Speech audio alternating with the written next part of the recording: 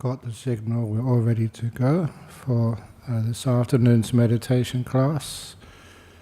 And as usual, this class is the ongoing class in meditation. For those who have come for the introduction to meditation class, that is on the room, the building to the north of this building. I think because I live here and come from the back there, I don't see the sign in the front over here. So I think the sign is I can see the back of a blackboard. It probably gives the directions where the ongoing class in meditation is being held. And in this class, every week I try to introduce something a tiny bit different. The basic way of meditation is always the same, just how to learn how to become more and more still, more and more peaceful. And, this simile is so useful, and I keep repeating it, but it's still very good. The simile of just how you keep water still in a glass. Your mind is represented by the water, how to keep the water still. And you can hold it still, but you can't ever achieve that. No matter how much you hold it, it will always be moving. If you really focus and concentrate, it actually moves more. And the way to keep the water still is to put it down, to let it go, to leave it alone, not to want it to be still, not to want to move it, not to want anything. And it's just the nature of the water, the default state of the water, is what the water actually, look at that, it's perfectly still. And I didn't do anything. And this is an important part of the meditation. It's how Ajahn Brahm taught me. And if you look carefully at the sutras, it's stillness is the cause of, is letting go, putting down, not wanting anything, is the cause of the stillness. Many times people say, we hear the words letting go, but how do you do it? And straight away there's a big mistake there. You don't do letting go. If you're doing it, you're not letting go.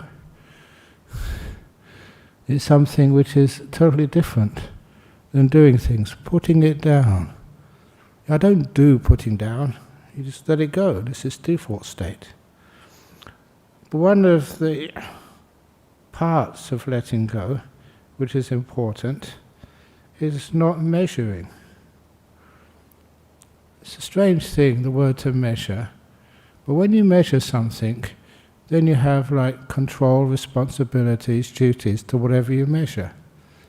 Your mind is still.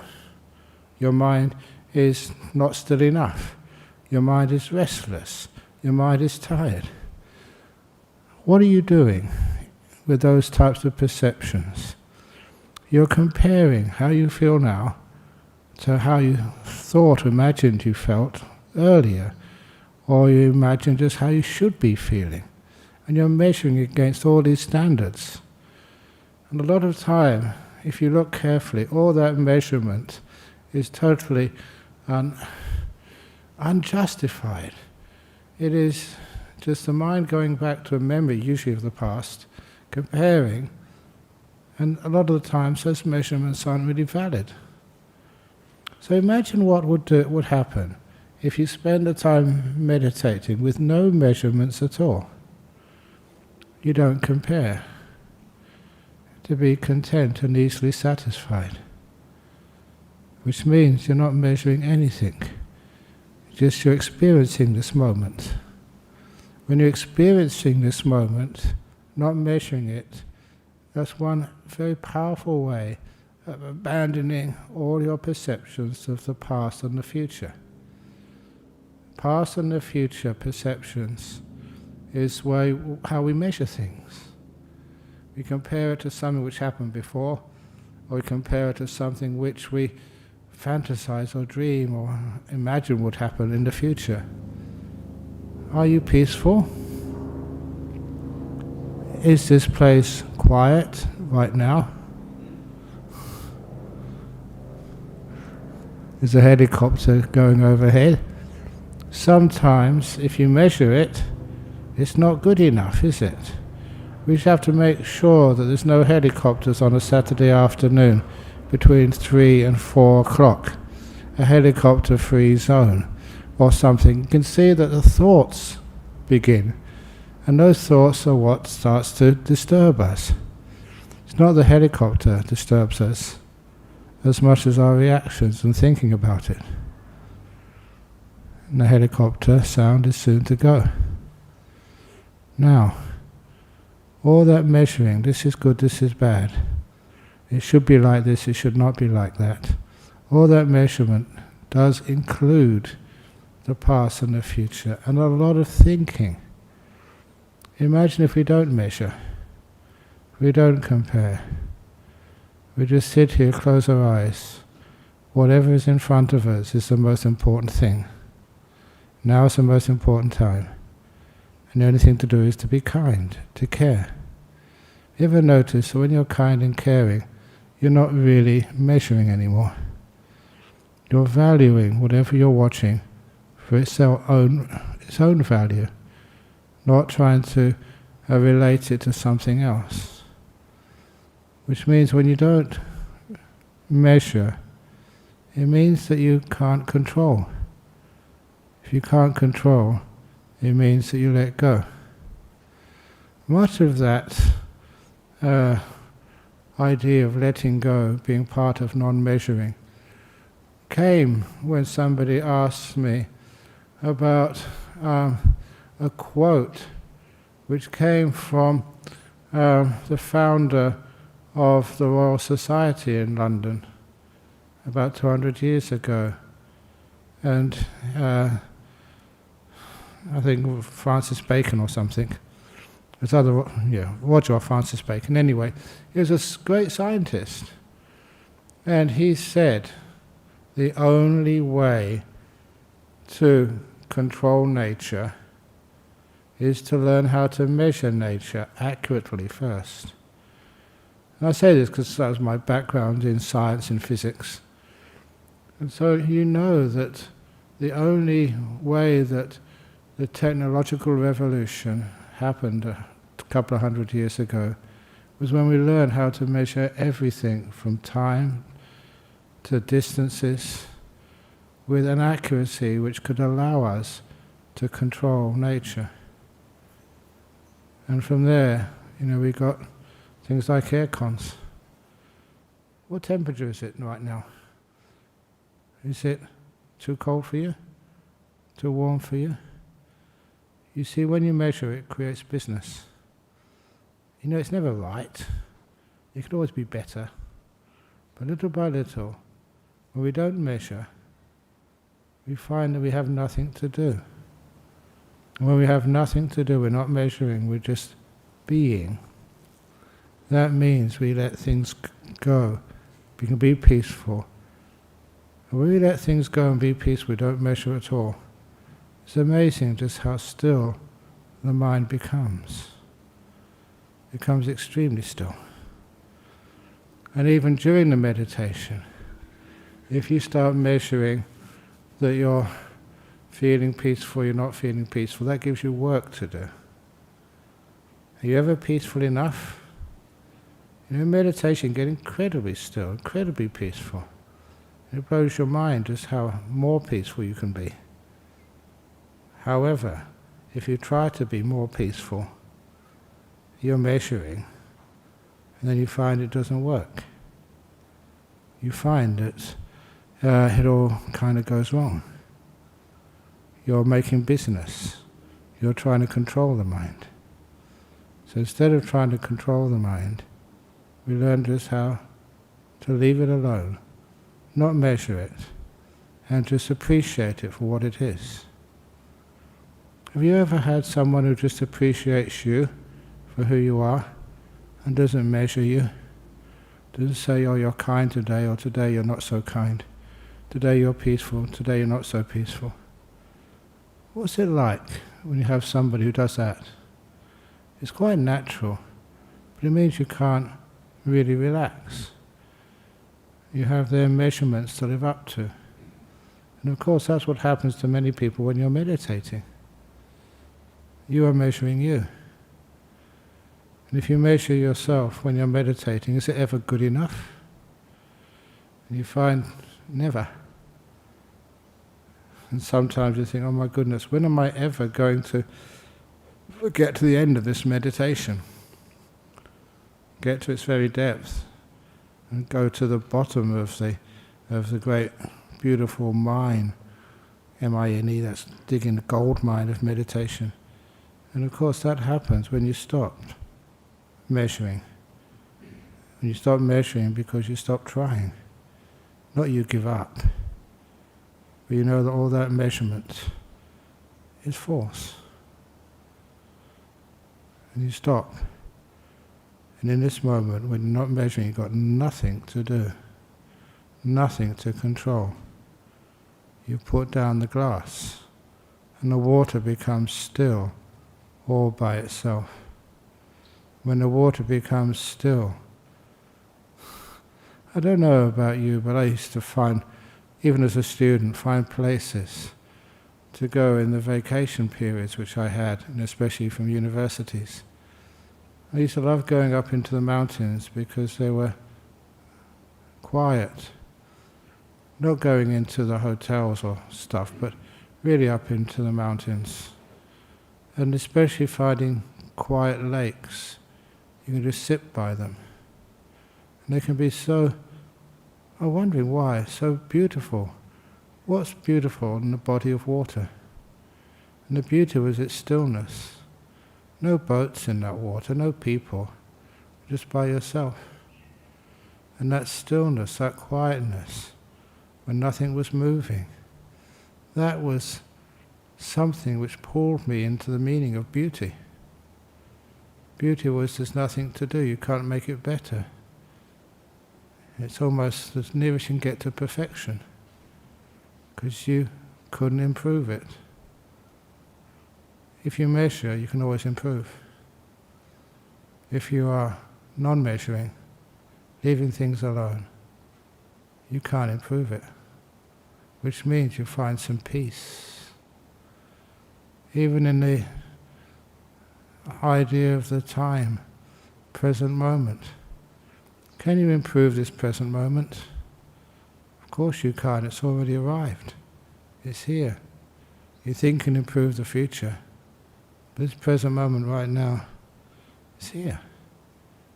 It's happening. And our job is just to be with it. Not to measure it. Not to control it. But to care for it. That is why that lovely saying, for all people who are in hospitals or work in hospitals, your job is never to cure anybody, but to care for them. And the cure happens almost like a byproduct. The caring is the most important. As I say to many people in hospitals, you can always care for people, you never need to fail in caring for them. But sometimes you don't cure them, but you care for them, and that is the most important. So I've been caring for this water, leaving it alone, letting it rest, letting it be peaceful. I don't know how many times, even hospitals, just to rest, to relax, and let the body cure itself. It's a fantastic thing to see. And that's how we meditate, to care for this moment, not to measure it and then try and cure it. Be here in this moment, be with your body, practicing kindfulness, and little by little your body relaxes, and it gets energized, and it gets delightful, and it disappears. You do the same to your mind, just being with your mind, not trying to get to the next level, not trying to concentrate things, not trying to do anything, not trying to measure at all. And taking away that idea of measuring, after a while, the mind becomes so still. And that's delightful. Often you've heard me say, the meditation is the easiest thing to do. It's hard to hold a glass of water. You get tired. It's easy to put it down. That's why meditation is the time we rest, relax and delight in this moment. And that's how I read even the stories of the Buddha in our teachings. It was during the meditations you could relax and have peace and stillness. Sleep rests the body. Meditation rests much deeper than that. It rests your mind. Okay, so anyway, that's just enjoying a little bit of beginning part of meditation. Just suggestion, just try not measuring things and see what happens. That's what you have to do in life all the time, always measuring this and measuring that, and people are measuring you. You have to live up to targets and stuff. Fortunately, as a senior monk, I don't have any targets. Because I know if I did, I'd be the target. So anyway, let's start some nice meditation. So, you want to get yourself comfortable, to fidget a little bit. Fidgeting is allowed.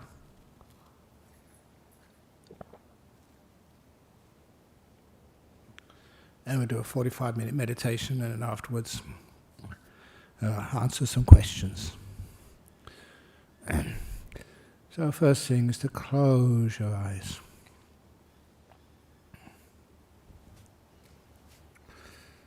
You know, sometimes you think, if I could only close my ears and then close my brain, as easy as it is to close my eyes. If I had earlids and brain lids and body lids,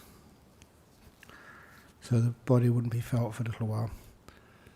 Of course, it's not that easy. If it was, I'd be out of a job.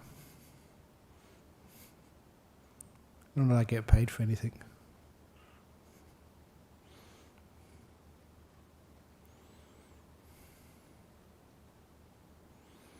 And then bring the awareness to your body.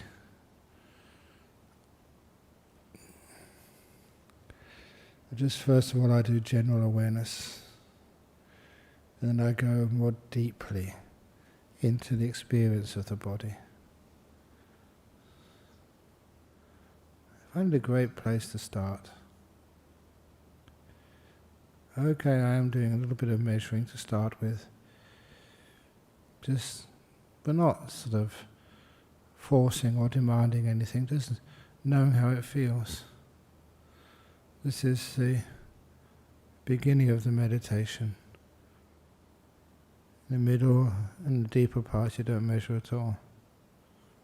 That's where you get deep peace, with full awareness.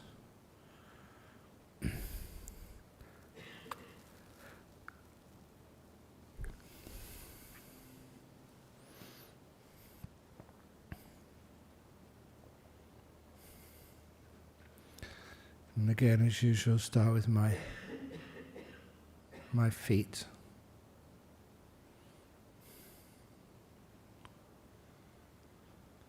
Even my toes.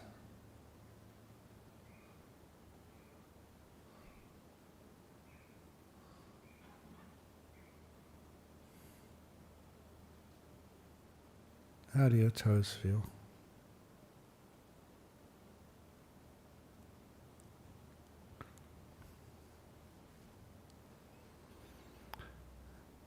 Yeah, that's better.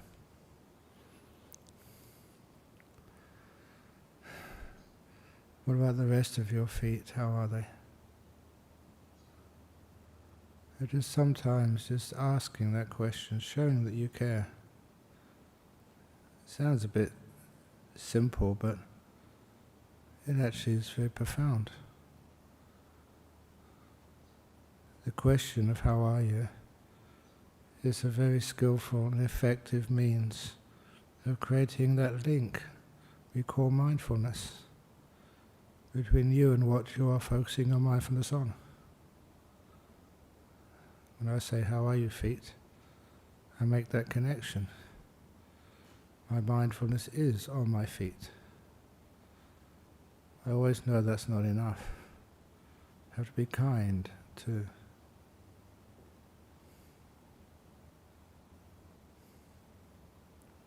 And that kindness is just caring for my feet.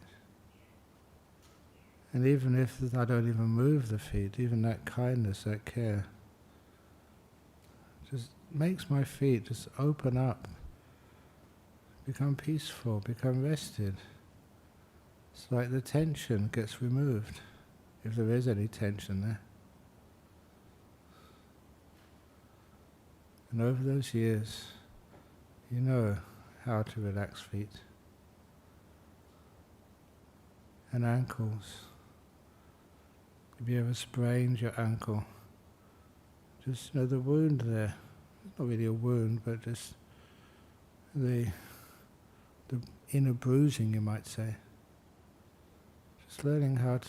Sometimes people put like hot packs or soak their feet and their ankles. You can do much better than that. Just be aware of that area of your body. And learn what relaxes it. Again, even if you have a bruise or a wound or an injury somewhere, just even measuring it makes it worse. Just kindly, just let it be. And the care frees it from the measurement. You let it be.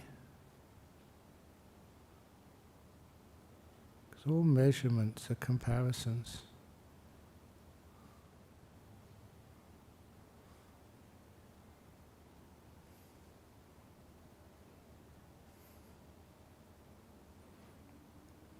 And then you go up your legs.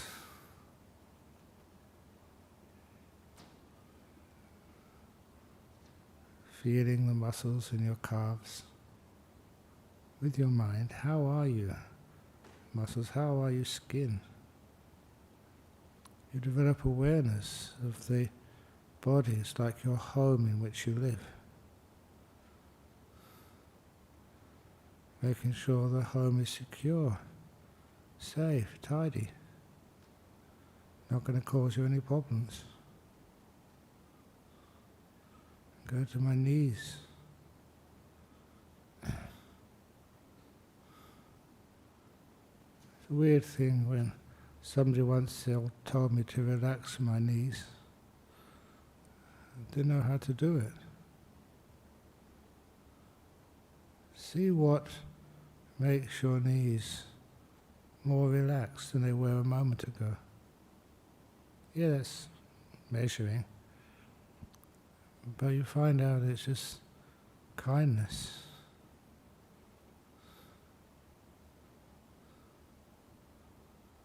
You don't have to measure anymore. Into your thighs. Big muscles.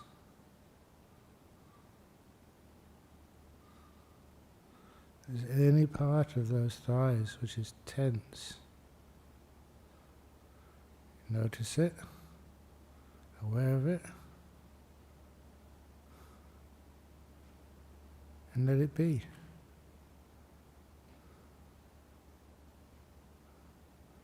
You find that that makes things much more easy.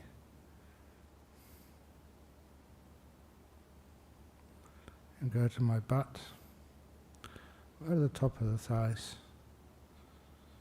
And as usual, feel the pressure on the cushion against my butt. Just make sure there's no folds of clothing cutting into the flesh of my buttocks.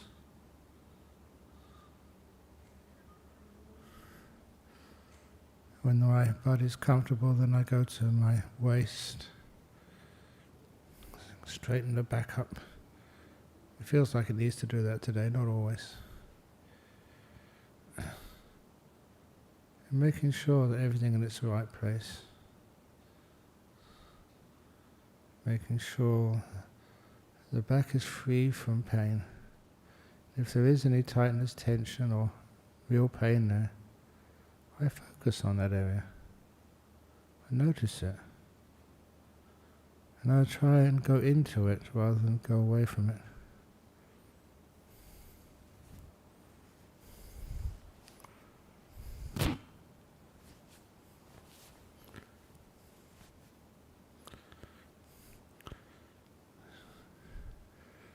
In front of my body, go through all of the organs.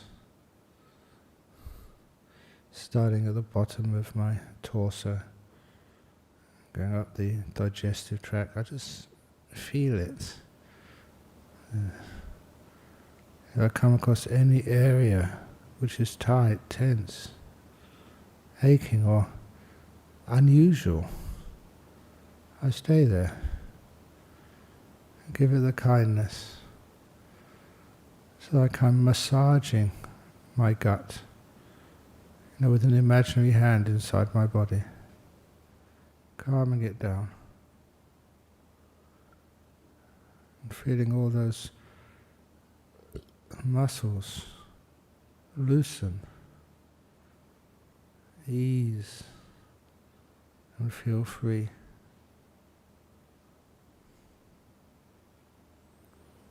Go up to my stomach.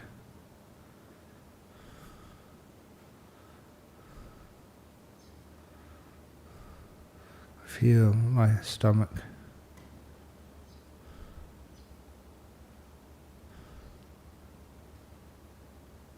Relax it.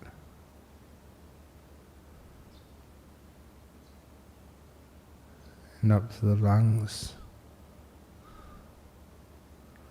One nice thing about meditation is you're not exerting the body very much. The lungs don't need to work hard, not like when you're exercising.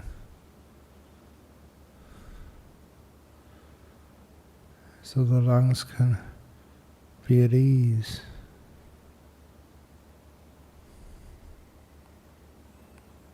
I know that if you have any anxiety, any fear, that increases the tension in the lungs. So when you can let things be,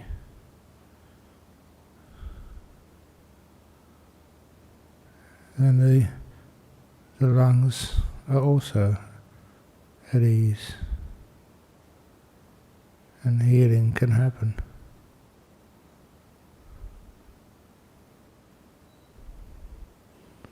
And go up to my heart.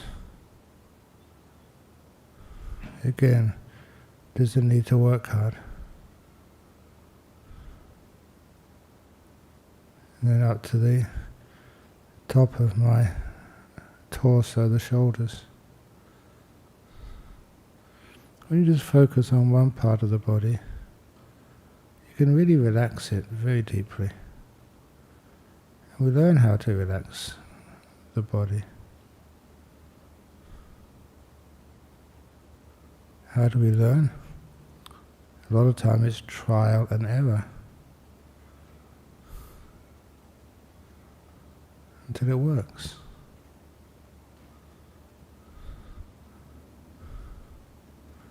And I just send my awareness down my arms, the upper arms, and the elbows. Because sometimes if you're in some positions in your body, when you start meditating, because you maintain these positions for long periods of time, on some occasions, it's very good to make sure everything is in a good position. Otherwise aches and pains can come up afterwards. And we do this with a soft caring.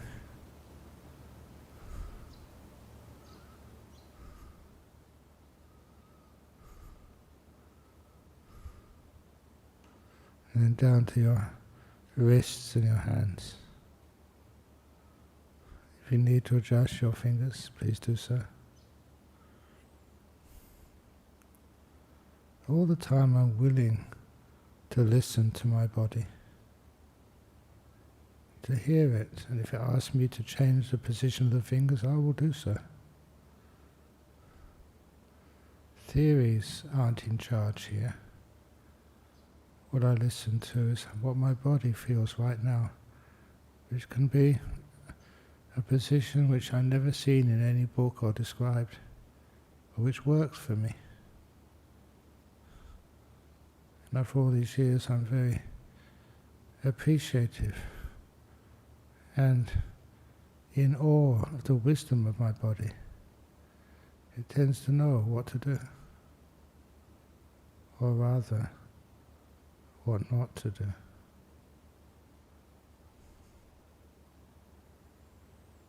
And go up to my throat.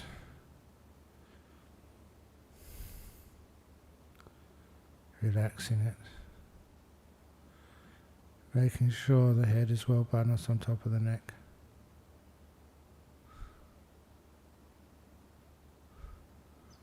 Relaxing the muscles of my face.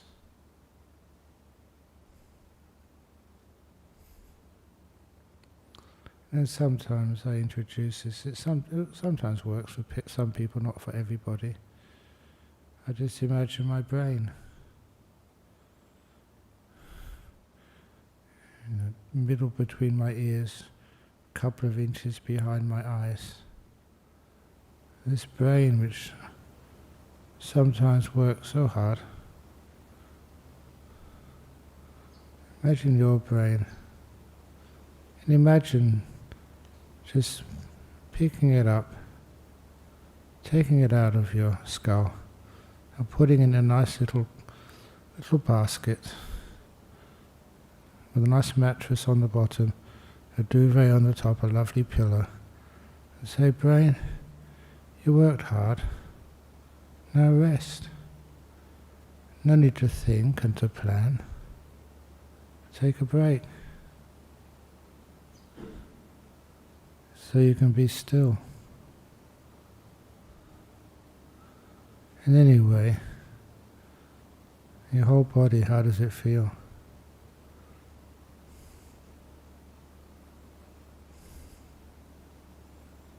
I go with my body into a state of delightful awareness.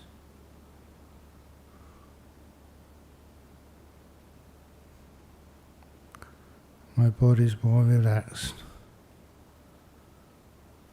and certainly when I started. Probably some of the most relaxed it's been all day. And I appreciate that.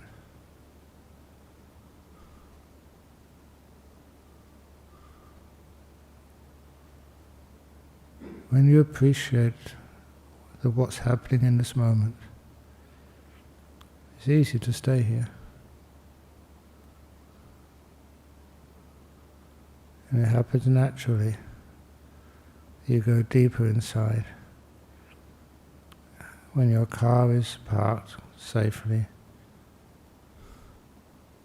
then you can leave it alone with confidence. It'll be there for you when you go back to it. When you care for this body, you relax it. It's there for you after the meditation. You feel you're in a safe zone. And I get to the awareness of peace. Peace inside the body, inside the mind. I meant inside the mind. Peace isn't in the body. It's in the mind. And already you're pretty peaceful. Peace lives in this moment.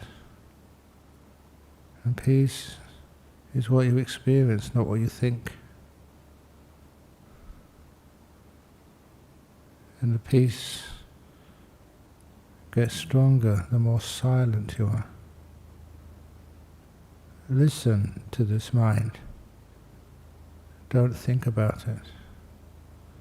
Don't write an essay about it. The thinking, the measuring can happen afterwards. But right now, experience it. You don't measure because you've let go of the past and the future. It's like you're free. Without measuring, you've got nothing to perform, no goal to reach, nothing to do. And you'll find the mind resumes its default state of peace, stillness, like the water that was in the glass.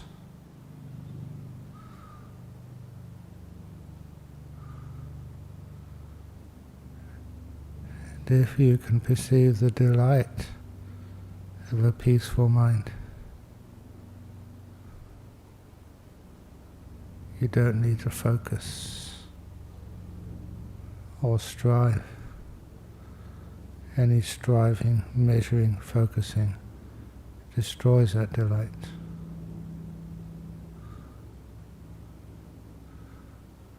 You respect it rather than owning it.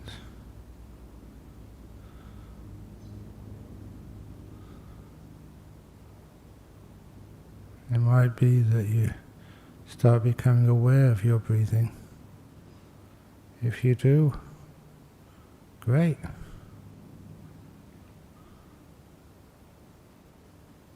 One breath at a time.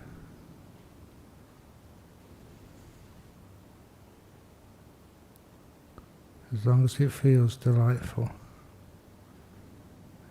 then you can focus on it without effort.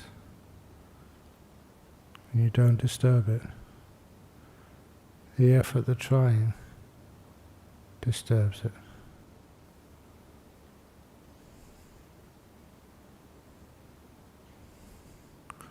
Be a friend. Be kind. Don't measure or control.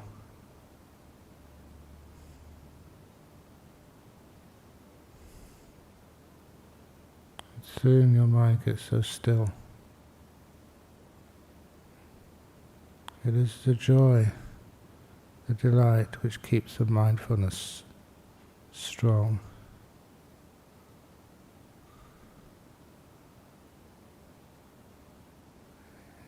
Whatever happens, you can measure that afterwards. Right now, let this be.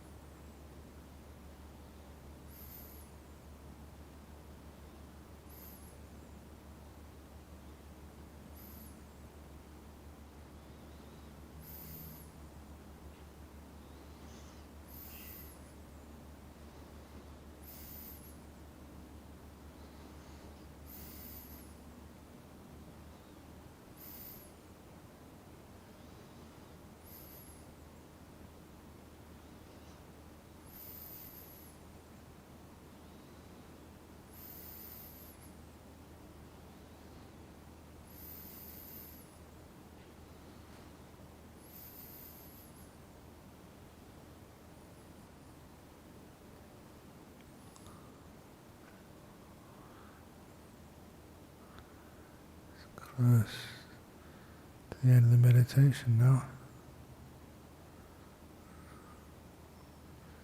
How do you feel?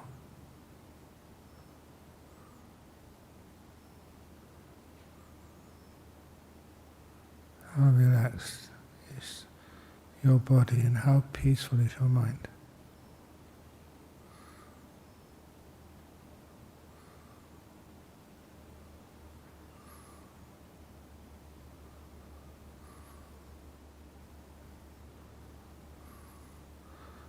Slowly bring your attention to your body.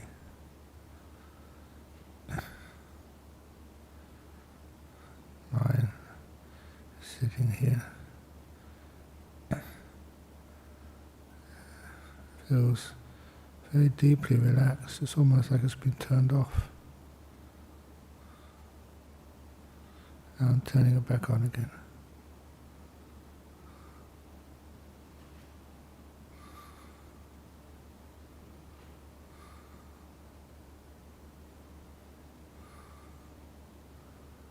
Learning the skill of letting go,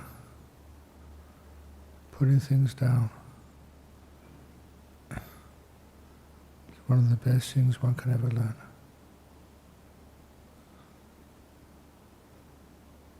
I'm now going to ring the gong 3 times.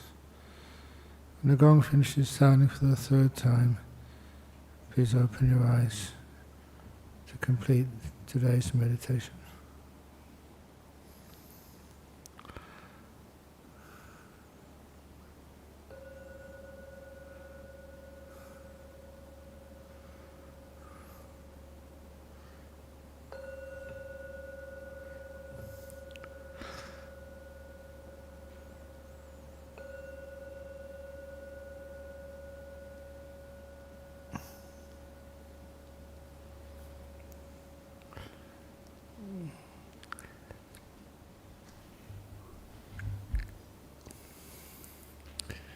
Great. So now is the time for the questions. One of the things which I recall in traditional Buddhism was that you'd always have opportunities to hear, to listen to teachers, but also it's made important that you could always have time to ask questions as well. Almost the questions were as important as just the teachings themselves. So, is there any questions from people here you want to ask? Yes. Can I ask a question about meditation, about the first precept? Quickly or not, or after, would you prefer? Yeah, we can try and keep it to the meditation, yeah, if that's okay.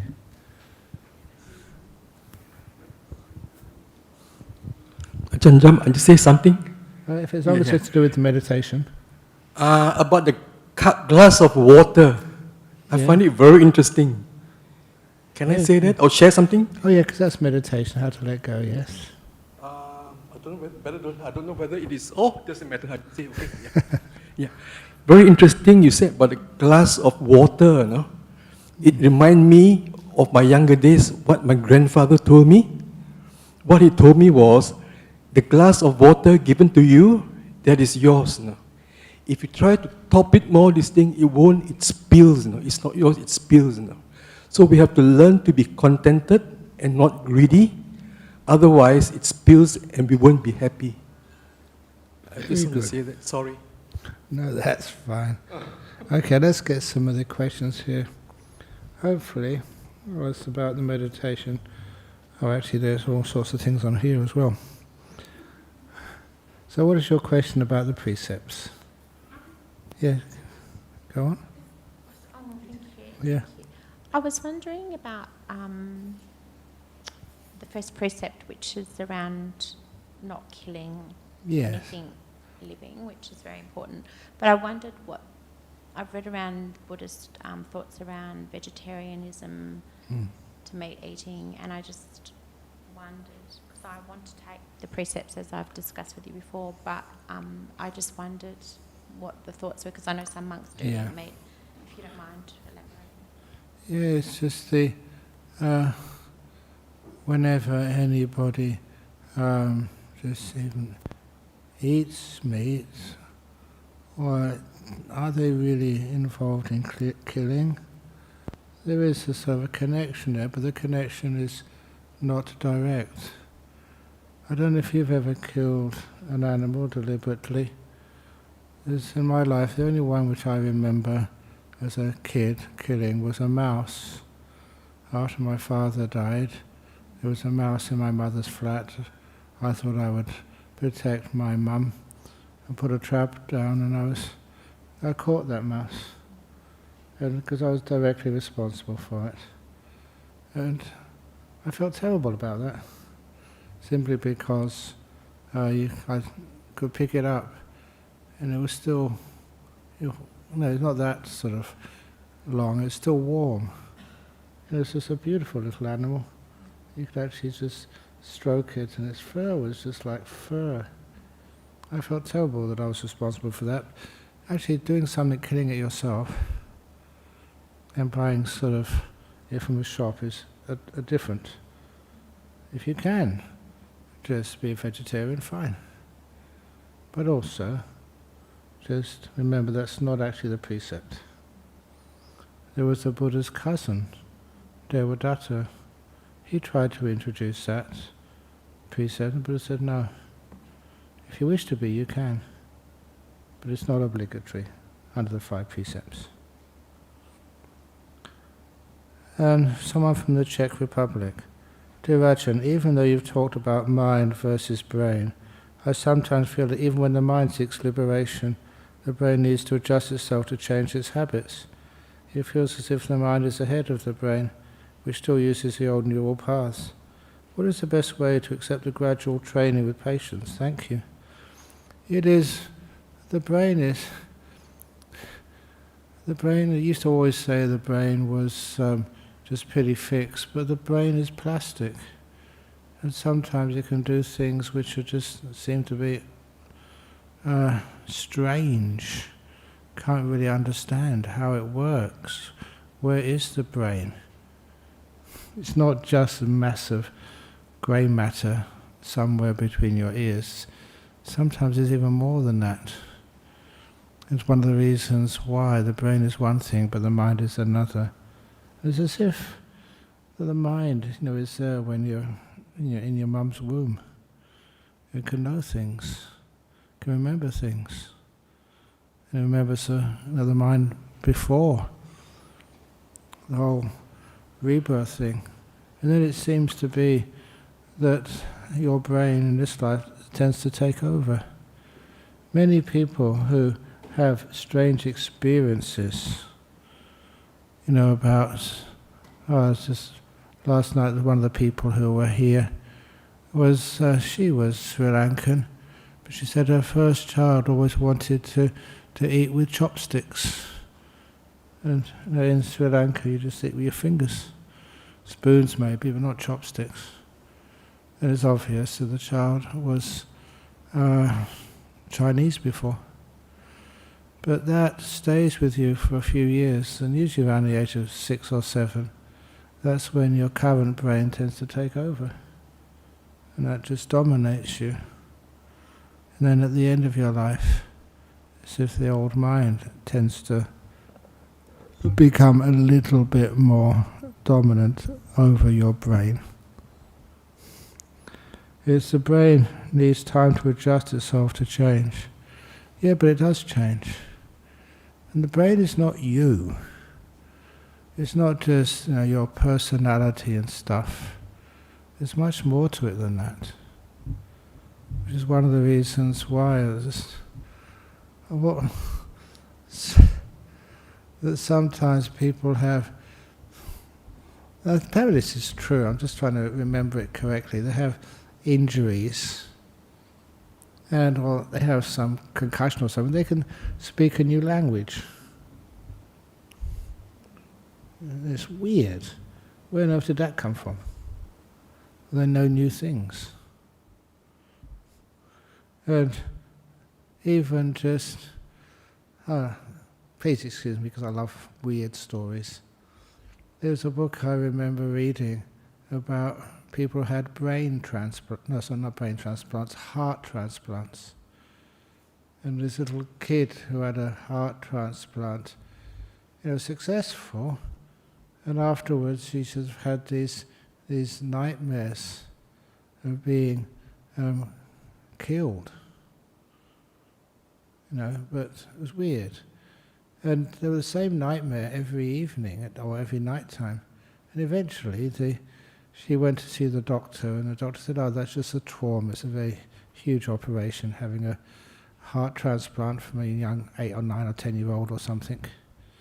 But anyway, she was not convinced by what the doctor said and went to the police. And the police took all the notes about this girl's memory of her being murdered.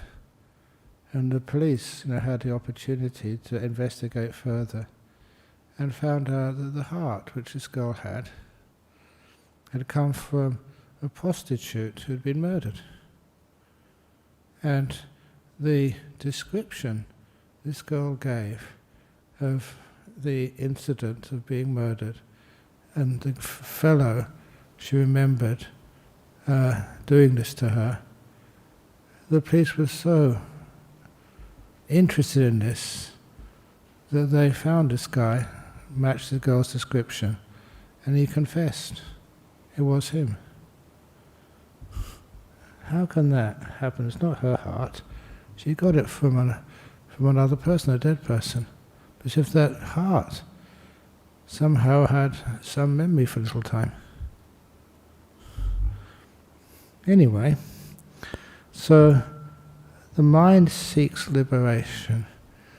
It's a difficult word, that, seeks liberation, because sometimes the mind can seek liberation from the body and from the brain, but the mind itself needs to seek liberation from itself, to allow it to disappear and fade away and have some freedom. 6 senses, 6 different types of consciousness, but each one of those eventually fades and disappears. But that's actually going deep into some of the Buddhism. You accept this gradual training with patience. You've got no choice. And it's weird that many people have said this to me once they really start listening to the teachings and they start getting some experiencing meditation. You can't forget it. Sometimes they just go overseas or do something else for a while. They all tend to keep coming back again.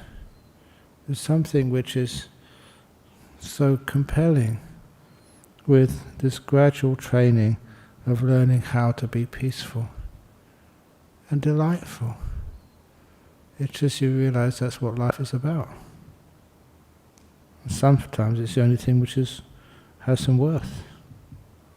The training in peace and understanding the mind and the brain. The brain can be educated, but all that education gets lost as you get old. The mind doesn't do that. Stays the same, doesn't forget anything. From Germany, how to let go of sensual desires during meditation. How to let go of these things is put them down. Don't try to let go of them. Random songs, movies keep running, and how to accept and eventually let go of such stuff during meditation.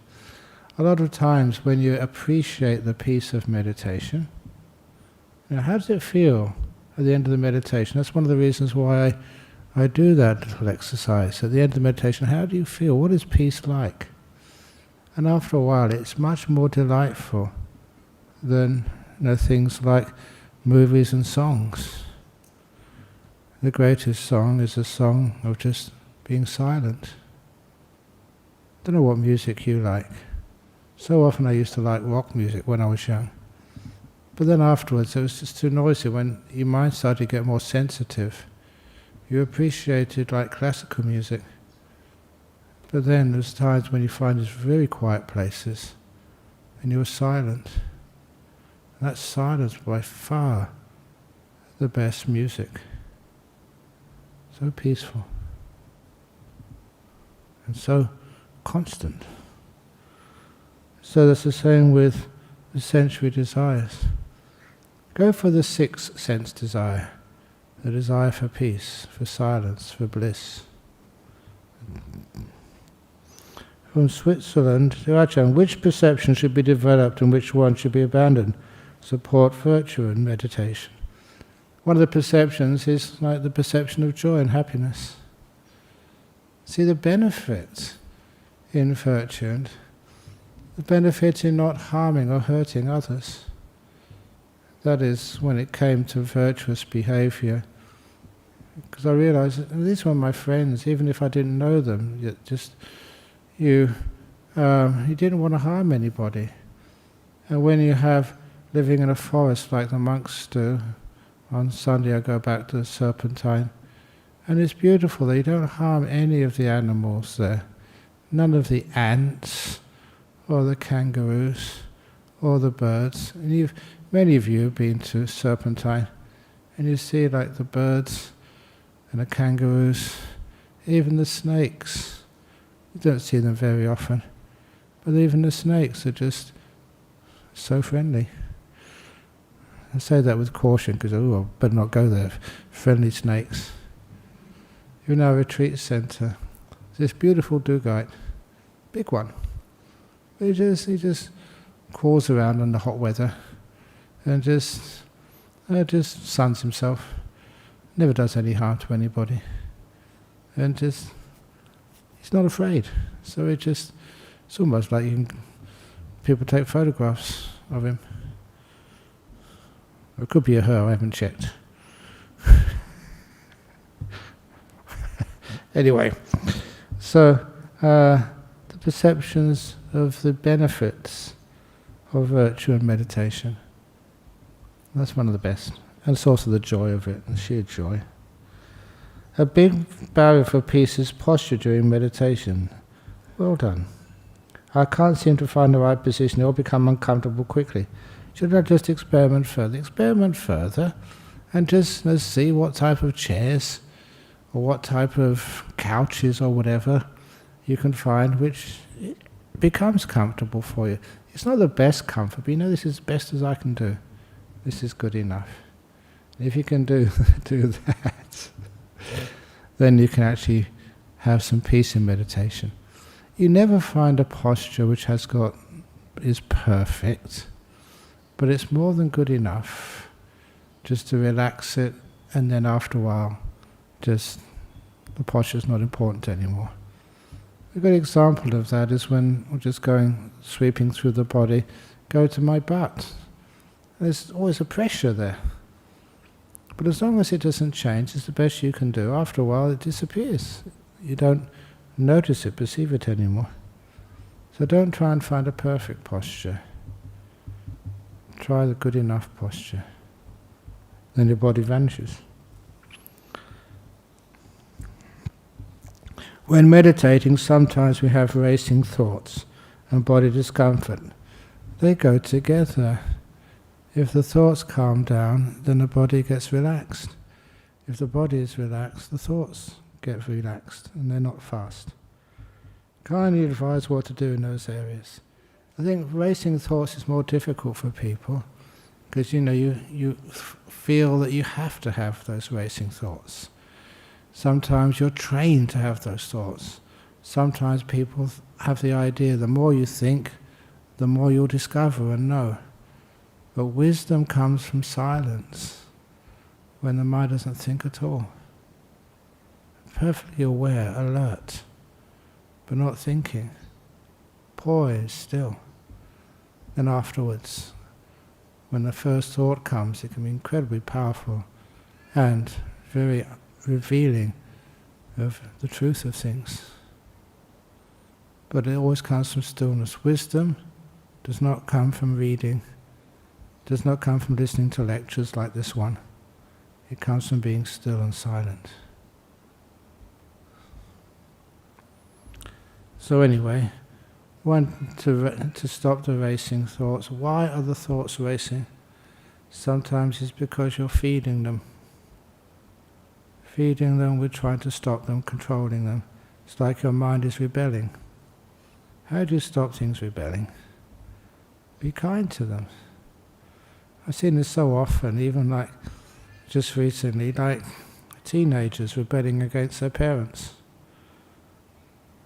Don't feel they're receiving enough kindness. You give some kindness to, say, teenagers, and they think, wow, Mum, Dad are really cool.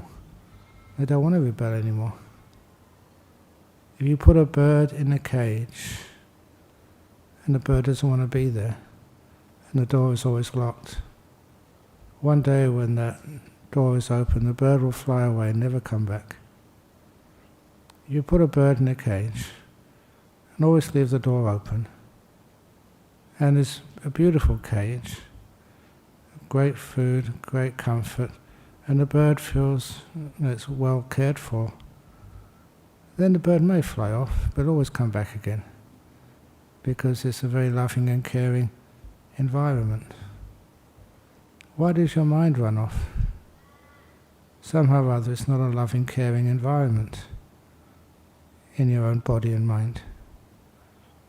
Give more kindness, more care. Let the mind wander off if it needs to, but it'll always come back.